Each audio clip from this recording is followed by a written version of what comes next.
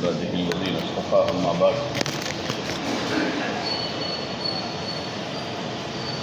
أعوذ بالله من الشيطان الرجيم بسم الله الرحمن الرحيم كنتم خير أمة أخرجت للناس تأمرون بالمعروف وتنهون عن المنكر وتؤمنون بالله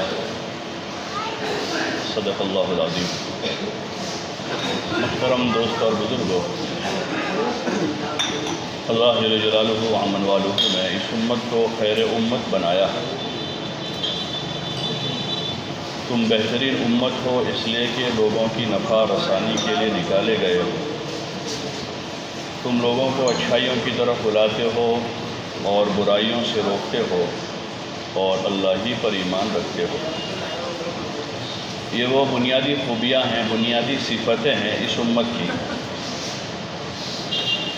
اور یہ ایک طرح سے ہمارے لیے اور پوری امت کے لیے ایک قابل فخر چیز ہے۔ لوگ دنیاوی نسبتوں پر فخر کرتے ہیں، اپنے مال پر، اپنے عہدے پر، اپنی ڈگری پر، اپنی زمین پر، بڑے مکان پر۔ اس امت کے لیے قابل فخر یہ چیز ہے کہ اللہ پاک نے اس امت کو ایک بہت بڑا درجہ، ایک بہت بڑا مقام عطا فرمایا، خیر امت بنایا، اور دنیا اور آخرت دونوں جہان میں اس امت کو فضیلت بخشی ہے۔ چاہے اس امت کا فقیر آدمی ہے لیکن وہ اپنی ذمہ داری کے احساس کے ساتھ زندگی گزار رہا ہے، تو یہ دیکھنے میں فقیر ہے لیکن یہ بہت بڑا آدمی ہے۔ دیکھنے میں اس کے پاس اپنا رہنے کا گھر نہیں ہے لیکن اللہ کی نظر میں یہ بہت بڑا ہے، اپنی ذمہ داری پوری کر رہا۔ اور قیامت کے دن بھی اللہ کے وہاں سے جو فضائل ہیں،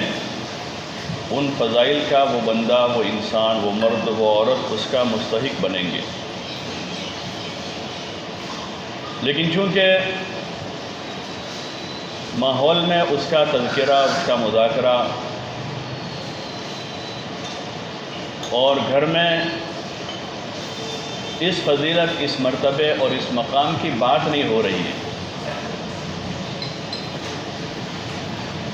کہ کتنا بڑا مقام ہے، اس لیے اس طرف میلان کم ہوتا ہے آدمی کا۔ آدمی مالدار بننا پسند کرتا ہے، زمیندار بننا، جاگیردار بننا، عہدیدار بننا، مفت کی چودراہٹ آدمی پسند کرتا ہے، اور اس کے لیے کتنی ذلت اٹھاتا ہے۔ یہ جتنی چیزیں میں نے شمار کروائی ہیں، اس کے حصول کے لیے، اس کو حاصل کرنے کے لیے آدمی کتنا ذلیل ہوتا ہے، لوگوں کی نظر سے گرتا، اس لیے کہ حدیث پاک میں آتا ہے، بلکہ حدیث قدسی ہے، اللہ پاک کا ارشاد ہے کہ بڑائی اور تکبر میری چادر ہے۔ تکبر صرف اللہ ہی کو شوبہ ہے، شوب دیتا ہے، باقی اور کسی کو نہیں، اللہ ہی کی ذات ہے۔ اور انسان کو تواضع اور عاجزی، انکساری وہ شوب دیتا ہے کہ وہ چاہے کتنا ہی بڑا ہو جائے وہ چھوٹا بن کے رہے۔ اللہ پاک نے اگر اس کو ان نعمتوں سے نوازا ہے، پھر بھی مالدار بنایا ہے تب بھی چھوٹا بن کے رہے، عہدیدار بنایا ہے پھر بھی وہ چھوٹا بن کے رہے، زمیندار بنایا ہے پھر بھی وہ چھوٹا بن کے رہے، بڑا بنایا ہے پھر بھی وہ چھوٹا بنے۔ تواضع اختیار کریں، عاجزی کے ساتھ رہے، انکساری کے ساتھ رہیں، اپنوں کے درمیان میں بھی پرایوں کے لیے، اس میں ایک حسن ہے۔ آدمی یہ سمجھتا ہے کہ آج کل تو ذرا ایسا کرنا پڑتا ہے، تو وہ کوا چلا ہنس کی چال اپنی بھی بھولا۔ ہندی میں مشہور کہاوت ہے کہ کوا چلا ہنس کی چال۔ بھائی ہنس کی سائز اور اس کا جو ڈیل ڈول ہے وہ الگ ہے، کوا اتنا سا ہے، وہ ہنس جیسے کیسے چل سکے گا؟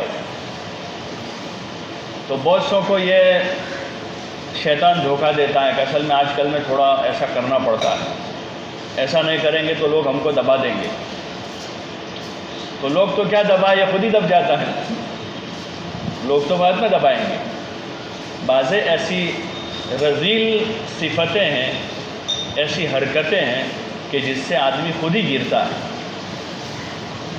جیسے کینسر کے بیمار کو گولی مارنے کی ضرورت نہیں ہے اس کو مارنے کے لیے۔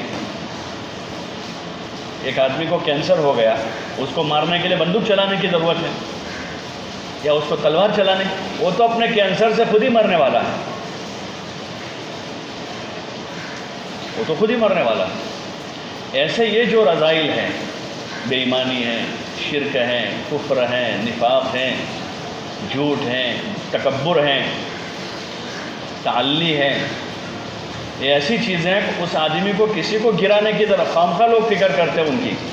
ہاں، ان کی اصلاح کی فکر کرنی چاہیے کہ یہ ہمارا مسلمان بھائی بیچارہ ان چیزوں میں پھنس گیا ہے۔ ان کے شر سے آدمی جو ہے مامون رہے، وہ تو خود ہی مٹنے والا ہے۔ اس نے تو خود ہی اپنے بیماری ایسی پالی ہے کہ وہ بیماری اس کو پنپنے نہیں دے گی زیادہ، بلکہ اس کی اصلاح کی مثبت کوشش کرنی چاہیے کہ یہ ہمارا بھائی بیچارہ اچھا خاصا تھا، دو پیسوں کی وجہ سے بیچارہ بگڑ رہا ہے، بری صحبت کی وجہ سے وہ بیچارہ غلط راستے پر جا رہا ہے، اپنے عہدے کی وجہ سے یہ کسی اور رخ پر جا رہا ہے، تو وہ تو قابل رحم ہو گیا ہے، بیچارہ ہو گیا ہے یہ۔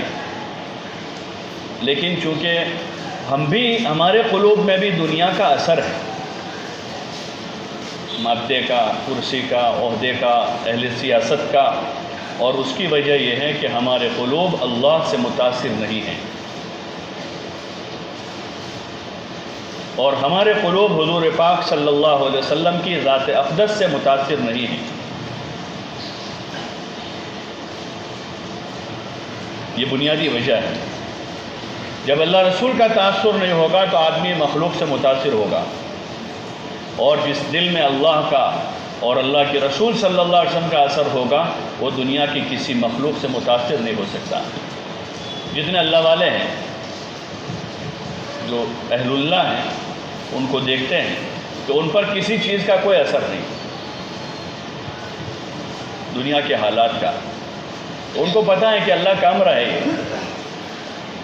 کسی ظالم کے برسر اقتدار ہونے کا ان پر وہ اثر نہیں ہے۔ وہ سمجھ رہے ہیں کہ جب تک اللہ کی ڈھیل اس کو، یہ چلتا رہے گا، چاہے کچھ بھی کر لے وہ،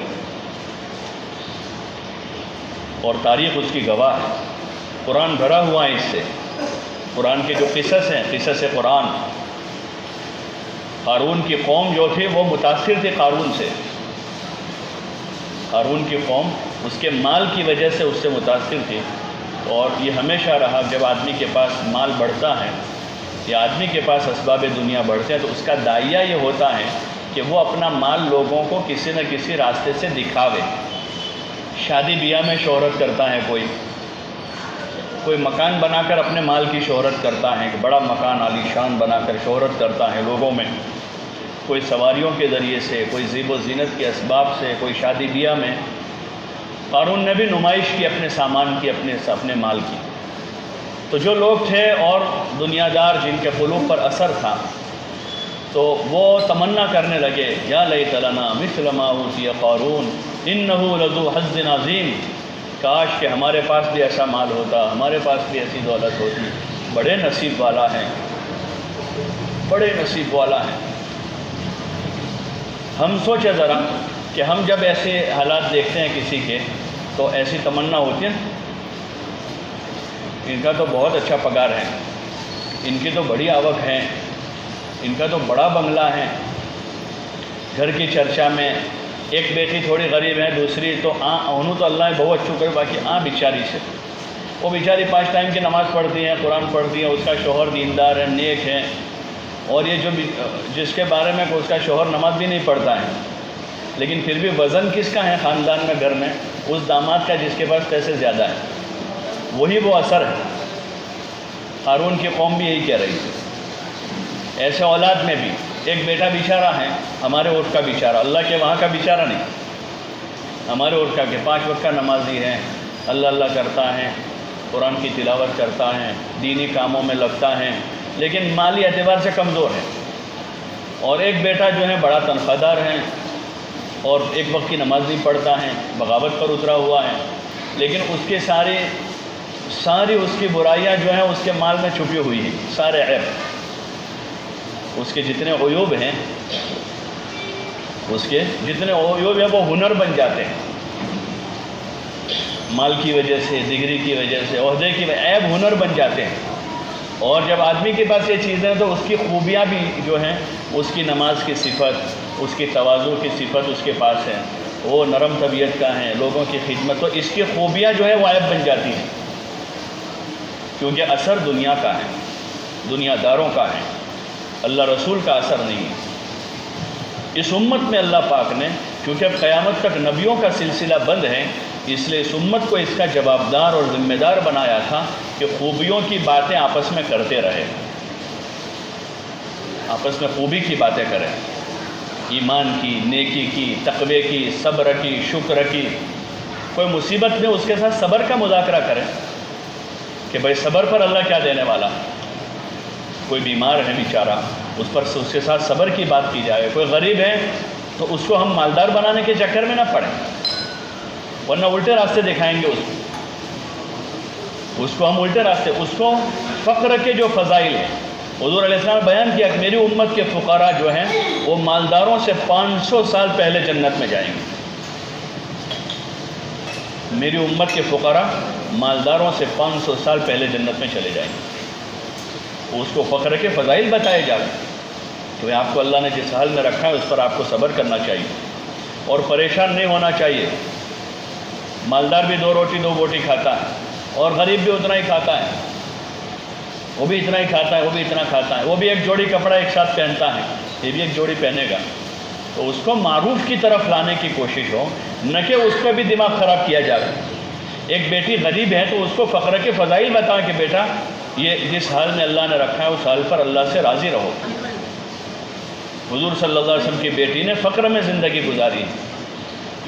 نہ یہ کہ وہ جس جمعہ کو گھر آوے اس کو اتنا بھرا جاتا ہے، اتنا بھرا جاتا ہے کہ اب اس کو اپنے گھر جا کر اس کا گھر اچھا نہیں دکھتا، اس کو اس کا شوہر کنگال دکھتا ہے، اس کو سسرال جو ہے بالکل نکمہ دکھتا ہے، کیونکہ یہاں وہ جمعہ کے دن اپنی دوسری بہنیں اور دوسرے گھر کی اور عورتوں کے درمیان میں ایسی ٹائٹ ہو کر گئی ہے کہ اب وہ وہاں ہفتے بھر جو ہے چین سے نہیں رہ سکے گی، کیونکہ ماحول میں معروف کو بولنے کا ماحول نہیں ہے، اور منکرات سے روکنے کا جو ماحول ہونا چاہیے، ایک دوسروں کو سمجھنے سمجھانے کا، اور منکر کو منکر کے طور پر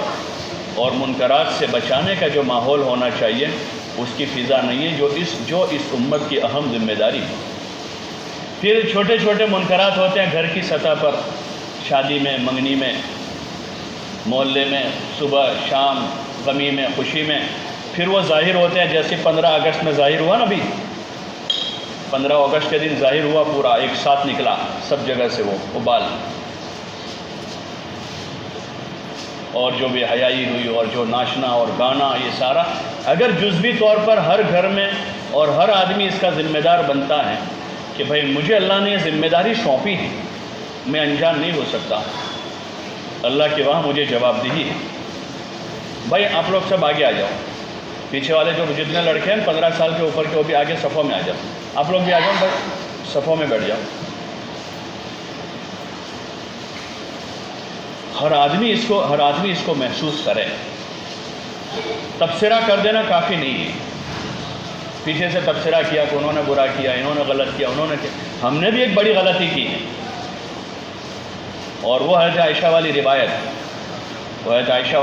وہ نیک لوگوں کے لیے، صلحاء کے لیے ہے، دینداروں کے لیے، تقوی والوں کے لیے،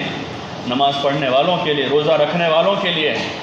ٹھیک ہے یا رسول اللہ کہ اللہ کا کوئی عذاب آئے گا تو نیک لوگ بھی متاثر ہوں گے؟ تو حضور علیہ السلام نے فرمایا کہ ہاں، دنیا میں تو وہ بھی متاثر ہوں گے، اس بے حیائی پر اور ناچنے گانے پر اور اللہ کے حکم کو اللہ کی زمین پر توڑنے پر جب وبال آئے گا تو پھر نیک لوگ بھی اس سے نہیں بچ پائیں گے۔ اس لیے ضرورت اس کی ہے کہ یہ جو بڑی ہمارے لیے بہت فضیلت کی چیز ہے، ہمارے اندر ایک شوق ہونا چاہیے اس بات کا کہ ہم لوگوں کے درمیان جا کر اچھی باتیں کریں، اپنے بچوں کو، بیوی کو، بھائیوں کو، بہنوں کو، رشتہ داروں کو، دوستوں کو اچھی باتیں ہم کریں،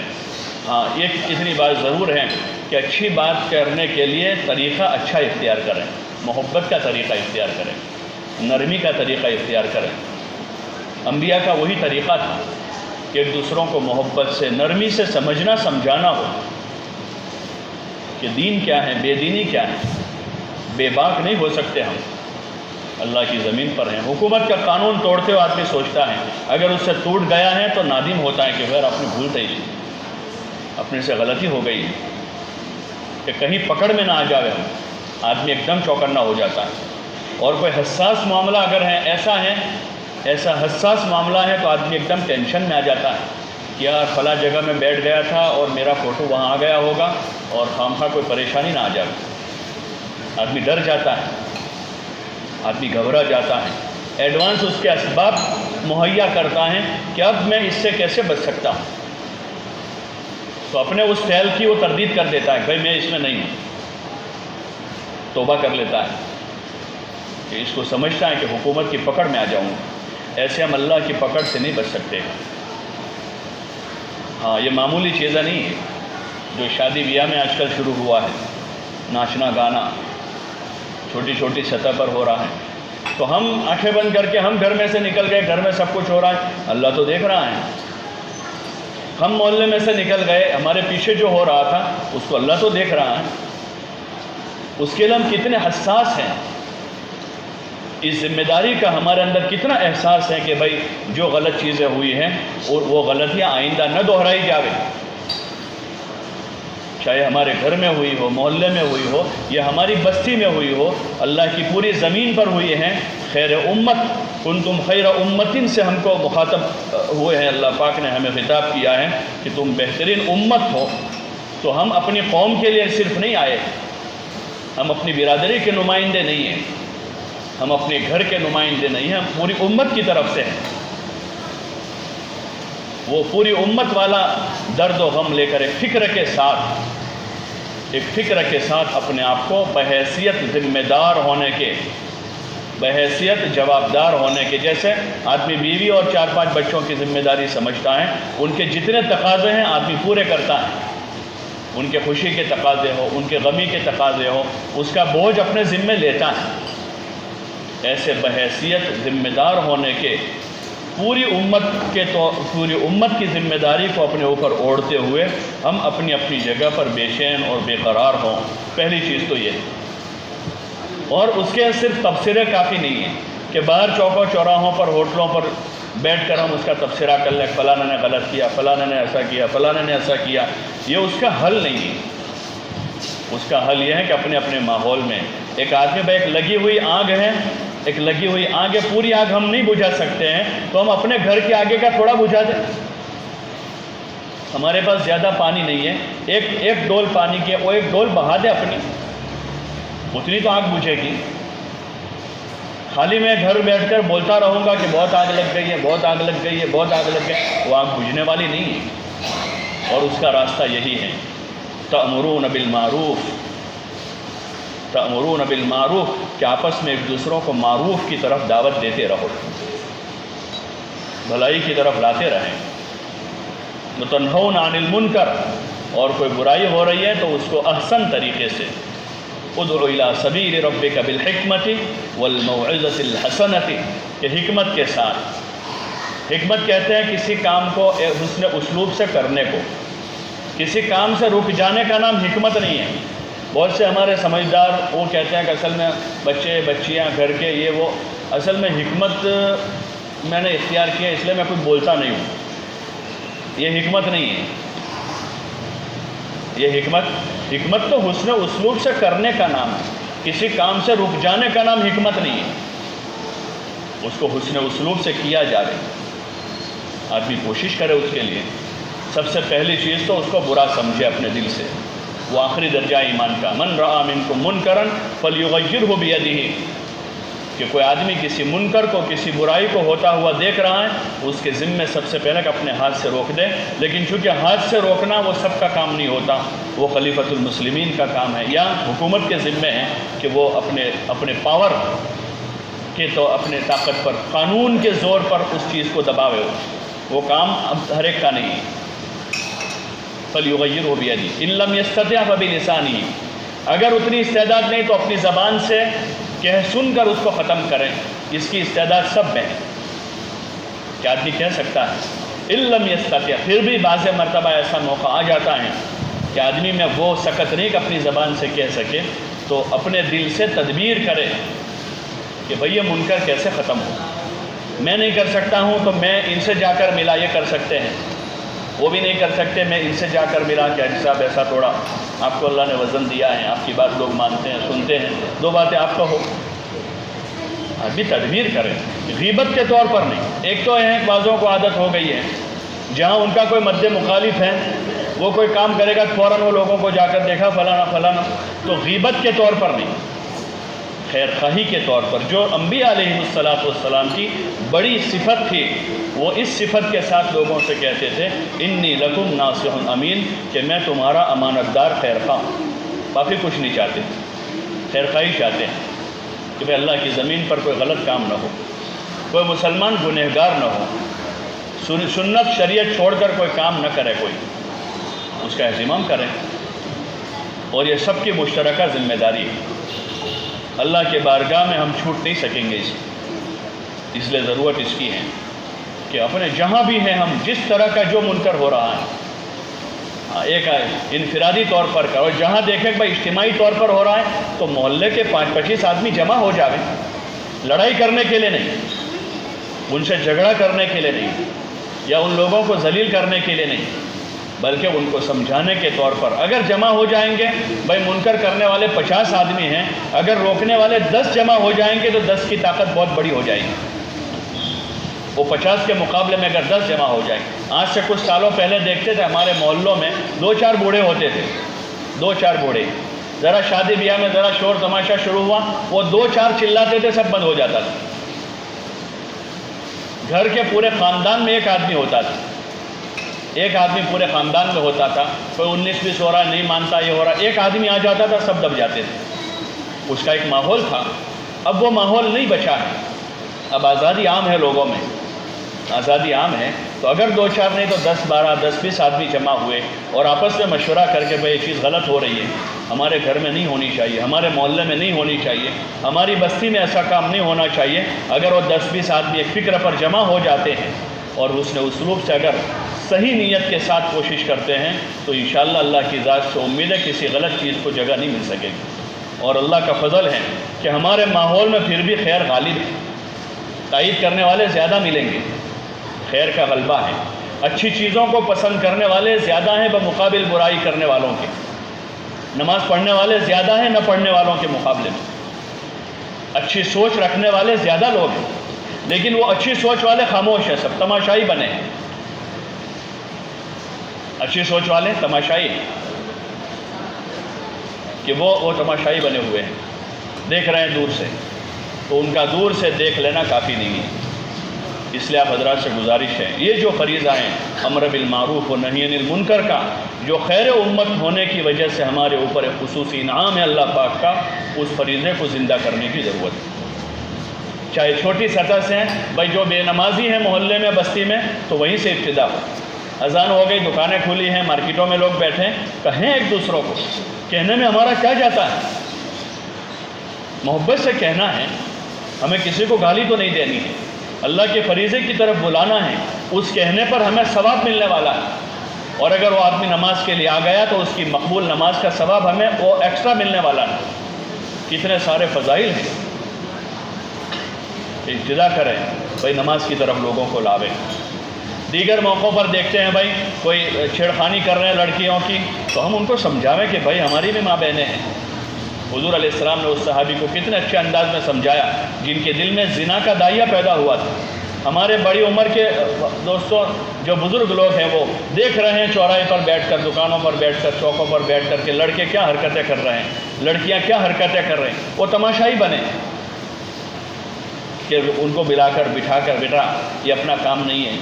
دو باتیں کہہ سکتے ہیں۔ بڑا بھائی جانتا ہے چھوٹے بھائی کی حرکتوں کو لیکن کچھ نہیں کہہ رہا، باپ جانتا ہے بیٹے کی حرکتوں کو لیکن وہ خاموش بنا ہوا ہے، حضور علیہ السلام وہ صحابی جن کے دل میں زنا کا داعیہ پیدا ہوا، آپ سے آ کر اجازت طلب کریں کہ یا رسول اللہ مجھے زنا کی اجازت دیجیے، تو حضور علیہ السلام نے کہا بیٹا تم یہ چاہتے ہو کہ تمہاری بہن سے کوئی زنا کرے؟ نہیں چاہتا ہوں۔ تمہاری ماں سے کوئی کرے؟ نہیں چاہتا۔ تمہاری پھوپھی سے، خالہ سے؟ بولے یا رسول اللہ میں نہیں چاہتا۔ تو پھر حضور نے فرمایا بیٹا دوسرے بھی نہیں چاہتے کہ ان کی بہن، بیٹی، ماں، پھوپھی سے کوئی زنا کرے۔ اور پھر وہ صحابی کہتا میرے سینے پر ہاتھ رکھ کر حضور پاک صلی اللہ علیہ وسلم نے مجھے اس سے بچنے کی دعا دی، تو اس دن سے میرے دل میں زنا کی نفرت بیٹھ گئی۔ اب ایک نیا لڑکا اس طرف مائل ہو رہا ہے، 15-16 سال کا ہے، بٹھا کر اس کو سمجھایا، اس کے اندر ابھی حیا ہے، شرم ہے، وہ مان جائے گا۔ چوری کی طرف جا رہا ہے، ڈکیتی کی طرف جا رہا ہے، ابھی 16-17 سال کی عمر، اس کو سمجھایا، مان جائے گا، وہ پکا نہیں ہوا ہے اپنی عادتوں میں، غلط حرکتیں کر رہا ہے، بٹھاویں، اس کو بٹھا کر سمجھایا ہے، وہ مان جائے گا، وہ غلط کی طرف نہیں جائے گا۔ نشے کی طرف جا رہا ہے، پتہ چلا ہے، اس کو بٹھا کر بیٹا چائے پلائی، ناشتہ کروا دیا، تھوڑا سا اس سے انس پیدا کر کے اس کو سمجھایا کہ بیٹا اچھا کام نہیں ہے، یہ لائن ٹھیک نہیں ہے، تم شریف باپ کے بیٹے ہو، تمہارے دادا ایسا نہیں تھے، تمہاری ماں بہت اچھی ہے، جو نسبت اس کی اچھی ہے اس نسبت کے ساتھ اس کو جوڑ کر، یہ نہیں کہ نا بابا عوض دھندا کرے صاحب یہ کروا لو، یہ نہیں بھائی، اس کی ماں نیک ہے تو اس ماں کی طرف نسبت کر لو، خوبی تلاش کرے اس کے اندر کون سی خوبی ہے، اس خوبی کو اجاگر کرتے ہوئے اگر اس کو روک دیا تو وہ نشے سے، بیڑی سگریٹ سے اور اس سے اوپر آگے جا کے نشہ آور چیزوں سے یہ جوان بچ جائے گا۔ یہ اس کے ساتھ خیرخواہی کا تقاضا ہے۔ باقی خالی تبصرے کرنا اور پیچھے سے غیبت کرنا یہ ہمارے لیے مزید جو ہے ہمارے اوپر اور زیادہ وبال کی چیز ہے۔ اس لیے آپ حضرات سے گزارش ہے، درخواست ہے کہ اس کی کوشش کریں اپنے اپنے ماحول میں، اور نرمی کے ساتھ کریں، نرمی کے سے تواضع سے کریں، اپنے آپ کو پاک صاف سمجھ کر ہم نہ کریں، ہم بھی پاک صاف نہیں ہیں، صاف ستھرے نہیں ہیں۔ اگر اللہ ہمارا ریکارڈ نکال دیں تو پتہ نہیں کتنے گناہ ہمارے عمل نامے میں ہیں، لیکن اللہ نے لوگوں پر ظاہر نہیں کیا ہے اس سے ہم بھی توبہ کرتے رہیں، استغفار کرتے رہیں، اور جو اپنے ماحول میں برائی جس وقت دیکھیں، گھر میں، محلے میں، بستی میں، جس موقع پر ہو، اگر سال بھر یہ ہوتا رہے تو پھر انشاءاللہ اللہ کی ذات سے امید ہے کسی عید کے موقع پر، رمضان عید میں، بقرعید میں، یا ایسے موقعوں پر جو اس طرح کی چیزیں ہو رہی ہیں وہ چیزیں آسانی کے ساتھ ختم ہو جائے گی، اور اس کا فائدہ ہمیں یہ ہوگا کہ سب سے پہلے دنیا میں اللہ پاک ہمیں خوشگوار زندگی کا مزہ دے گا۔ ورنہ جلتی ہوئی آگ ہے، ہم یہ سمجھے کہ اپنے گھر کے دروازے بند کر کے بیٹھے ہیں اور ہم یہ سمجھے کہ ہم سیفٹی میں ہیں، محفوظ ہیں، یہ نہیں ہو سکتا ہے۔ آیا ہوا سیلاب ہے، بستی میں چل رہا ہے، اور ہم گھر کے دروازے بند کر لیں کہ بھائی اپنا گھر تو بہت محفوظ ہے، یہ نہیں ہو سکے گا، یہ نہیں ہو سکے گا، ہمارا گھر نہیں، ہم خود اس میں مبتلا ہو جائیں گے۔ اس لیے آپ حضرات سے گزارش ہے، جو کچھ ہوا، جس نے بھی کیا ہے، ہم اس پر توبہ کریں، ہم توبہ کریں کہ اللہ غلط ہوا ہے، یہ ہمارا کام نہیں تھا۔ ہر چیز کا ایک طریقہ ہوتا ہے، اور ہر چیز اپنے طریقے سلیقے سے شوبھا دیتی ہے، جب وہ حد سے باہر ہوتی ہے تو بجائے نفع کے نقصان پہنچاتی ہے۔ آئندہ ایسا نہ ہو، اس کی تدبیریں کی جاویں، چاہے شادی بیاہ میں ہو رہا ہو، یا عید خوشی میں ہو، تہوار میں ہو رہا ہو، یا اس قسم کی کسی چیز میں ہو رہا ہو، تو اس میں آئندہ نہ ہو، اس کے لیے متفکر ہوں، اور اپنے دوستوں، اپنے ساتھیوں سے مثبت انداز میں اس کا تذکرہ کر کے خیر اور خوبی کے کاموں میں خود بھی آگے بڑھ رہے ہوں، اور اپنے دوستوں کو، ساتھیوں کو، اپنے گھر والوں کو خیر خوبی کے کاموں میں آگے بڑھانے کی کوشش کریں۔ اس کے لیے مسجدوں میں یہ اعمال ہوتے ہیں، مسجدوں میں اگر یہ سارے مصلی اپنی اپنی مسجدوں میں روزانہ ان اعمال میں، ان فکروں میں شریک ہو جاوے تو انشاءاللہ تیزی کے ساتھ 1000 کی اسپیڈ سے خیر زندہ ہو جائے گی، اور سارے فتنے عافیت سے دفع ہو جائیں گے۔ اپنی اپنی مسجدوں میں جڑ جاویں، مشوروں میں، تعلیم میں، روزانہ کی ملاقاتوں سے یہی چاہا جا رہا ہے کہ ہر مسلمان کے پاس جا کر اس کا دینی ایمانی ذہن بنایا جاوے، اور اس کو آخرت کی فکر کی طرف متوجہ کیا جاوے کہ ہر مسلمان اپنی فکر آخرت کے ساتھ زندگی گزار رہا ہو۔ اس لیے آپ حضرات سے گزارش ہے کہ اپنی مسجدوں میں ان مبارک اعمال میں جڑ کر اپنے آپ کو بھی محفوظ کریں، اپنی اولادوں کو، اپنی نسل کو بھی، اور بحیثیت حضور علیہ السلام کے امتی ہونے کے، حضور کے امتی ہونے کے، پوری دنیا سے تمام قسم کا فساد ختم ہو، اور ایمان، اعمال، حسن اخلاق اور آخرت کی فکر زندہ ہو کر ہر انسان اپنے اللہ کو راضی کرتا ہوا زندگی گزار رہا ہو۔ اس کی فکر اور کوشش کریں۔ اللہ پاک ہمیں عمل کی توفیق نصیب فرمائے۔